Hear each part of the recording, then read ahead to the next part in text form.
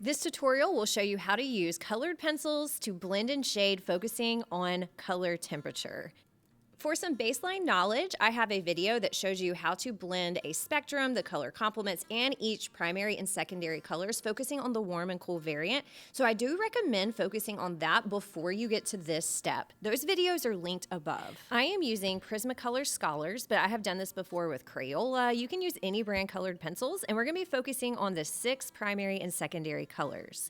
Once you have yourself organized, I have this free PDF on my website. It's something that I print for my students, or you could just do this freehand in your sketchbook. Starting with the warm primary color red, you are going to shade the shape that you are given. So for example, this is a paint splatter, and so think about shading with a pencil. So using your base colors, shade the shape, focusing on where the dark areas would be the shadow and then where the highlight would be. So I'm gonna do kind of outer edges dark with a warm highlight in the center. Then you're going to take the warm variant of this color, and for red it is orange, going around where the highlight would be. Then you go back to the base color and you blend to make sure that the dominant color, the base color red, is still evident.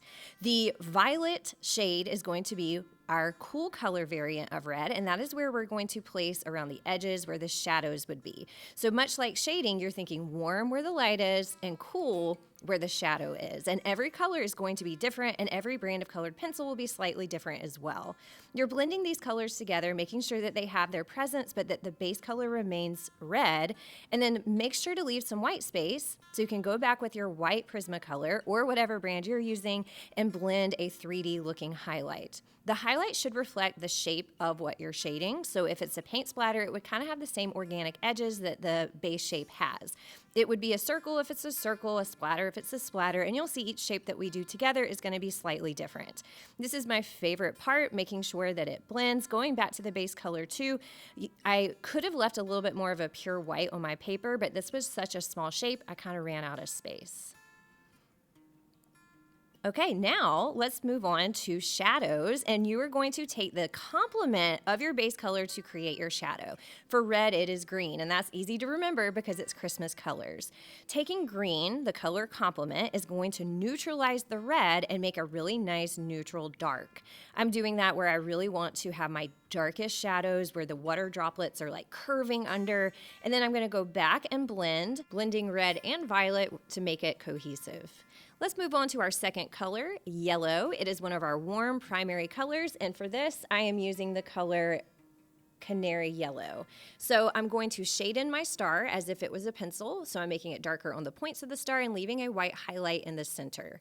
Now I'm going to focus, and this is a tricky one, I'm going to add my shadow here, and remember, a shadow is the cool variant. So I'm going to take green, believe it or not, that is the cool version of yellow. It is a cool color, and I'm going to go in and very gently, because you can see it really pops, add my green for a shadow. Depending on the brand you use, different colors will react different ways. And then warm makes sense. Warm for this is going to be orange, and orange is a little bit more dominant, so I am pressing down as light as I possibly can, making sure to leave the white space for the highlight. And it looks a little unblended, and the white is going to really make this all come together. So I'm pressing down really hard with my yellow to make sure it's not green, it's not orange, but it's that nice yellow color, and you can see white here is really blending everything together. Yellow is always the trickiest color combination for my students, and the complement to yellow is violet or purple, and that's going to make a really nice neutral, a really nice dark, a nice shadow color. Remember, we are not using black, we are only focusing on color temperature.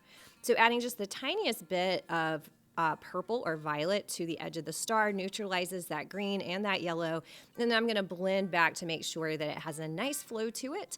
This one takes the most practice just because yellow is a little bit challenging. Our last warm color, orange, which is a secondary color, and so we're going to use the shape of a flame. Like before, we're going to shade as if we're shading with a pencil, so thinking about without color, where do you want the dark areas and where do you want the lights? And you can see a trend here where I'm just keeping things simple with like a central highlight. Orange is really easy to think about color theory-wise because all three are warm colors, so we're going to use yellow to emphasize the highlight.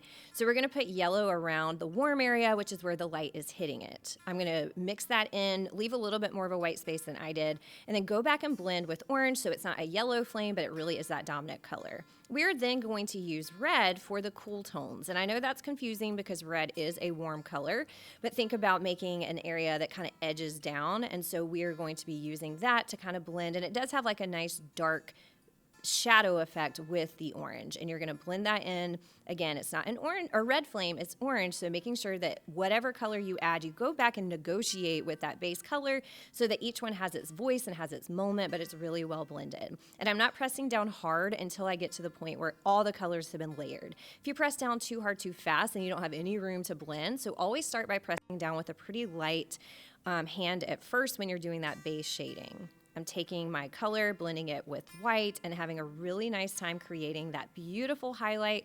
I just love this color combination. It's just easy to understand. It always works. It's not like yellow where you have to like really negotiate different colors.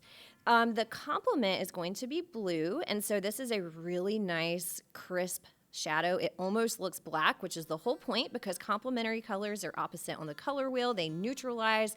So instead of using black where you might make your colors muddy, you have this really harmonious neutral dark.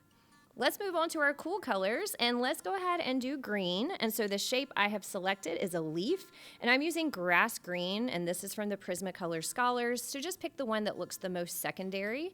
And then I'm going to shade in very lightly because I don't want to press down too hard before I have my other colors on there.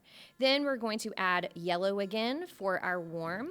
And that is going to fill in the area next to the highlight. Remember, always think warm equals light and cool equals shadow.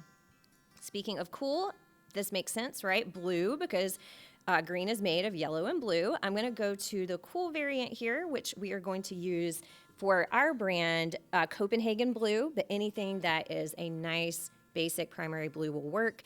And I am pressing down now with my white to blend it all together. So you can see white is really good for blending. It does make things a little bit lighter, but that's okay. And then when I'm pressing down hard here, I'll go back to my base color green and make sure everything is nice and blended. Make sure whenever you're using colored pencils that you fill your whole space. Colored pencils take forever because it's such a small material, and to make them look good and to make them look blended, it takes layer after layer. Going back to my warm variant here with yellow and blending that in. And then red, again, we've done this before, is the complement of green. So I'm going to add that at the areas that I want to look like the leaf has a shadow or is curling under. Going back to my base color of green to blend it in. So you're really only using, 3 colors at a time, plus white, of course, in the complement. And these can be hard to remember, so this is why we do this practice in class. Blue is our next color. We're using that same Copenhagen blue, and this is a primary cool color, and I'm blending a water droplet. So it does have a little bit of a round kind of circular highlight here. Then we're going to go to our warm tones, which is violet. Okay, so blue is a cool color, so is violet, but violet trends warmer because it does have red in it. And I'm just kind of circling around the highlight, making sure that it keeps its form because as you know, we're going to go back and add white. Make sure to go back to the base color and blend.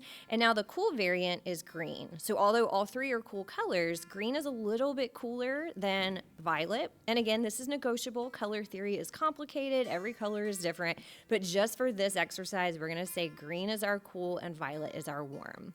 Going back to white, of course, you're going to use white in every single section. Blend that all together, making sure you have a beautiful highlight that's rounded to mimic the shape of your water drop, your teardrop, whatever it is. And again, you can print this out or you can do this freehand in your sketchbook.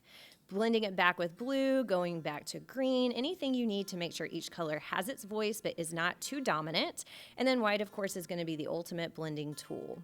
This is a really nice way to get a highlight, is just to softly blend. Now, our color complement here is orange. So we're going to take the orange, and this is probably my least favorite color combo with these colored pencils. I really like the green and red, but when you blend it back in and you get that violet and blue, it looks really nice. Finally, our final color, violet, which is our secondary color, and it's also a cool color, and we're going to shade the shape of a heart, leaving a white highlight that is a heart shape. Then red is going to be our warm variant, so we're going to take red and blend into our highlight, leaving it white in the center. Then we're going to go back and go to our cool on the edges so it looks rounded, and cool for violet was going to be blue. That's easy to remember because blue is a cool color and red is a warm color. So this color combination is easy to remember. Getting our white in there, I am swirling around, and violet and purple, we're going to use that word interchangeable here. I'm going to go back and I'm going to blend to make sure it has not a red look but a violet look. And we are using the purple Prismacolor Scholar in this activity. Taking the white again, making sure to have that nice pop of white. Yellow is the complement of purple, so I'm adding that in the edges, adding that in the top, blending it back in with violet and blue. And here it is, a color theory, color temperature exercise using colored pencils. Thank you so much for sticking around and making art with me. And if you're interested in more colored pencil tutorials, check these out. Also, my website, thatartteacher.com, has full-length lesson plans, student examples, this PDF, all for free.